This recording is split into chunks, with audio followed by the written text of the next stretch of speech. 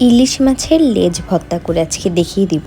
আর এই ইলিশ মাছের লেজ ভর্তাটা এত বেশি মজার হয় যে ভাত দিয়ে মাখিয়ে খেলে ভাতটা নিমিষেই শেষ হয়ে যায়।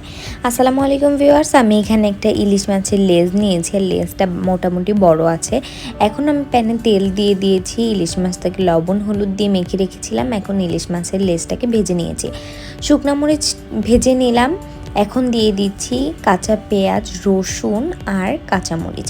এই সমস্ত কিছুকে ভেজে নিয়ে আমি তুলে নিচ্ছি আর ভেজে নিচ্ছি একটা টমেটোটাকে আমি মাঝখান থেকে কেটে এটাকে একটু সিদ্ধ করে নিচ্ছি। সিদ্ধ মানে ভেজে সিদ্ধ করে নিচ্ছি। যখন এটা পুরোপুরি ভাজা হয়ে যাবে তখন আমি এটাকে নামিয়ে নিব। তো এখন আমি লেজটাকে ভর্তা করে নিচ্ছি। তো ফার্স্টে আমি লেজটার থেকে সমস্ত কাটা বের করে নেব।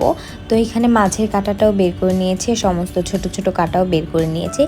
এখন আমি শুকনো মরিচ আর লবণটাকে দিয়ে খুব ভালো করে মাখিয়ে নিচ্ছি।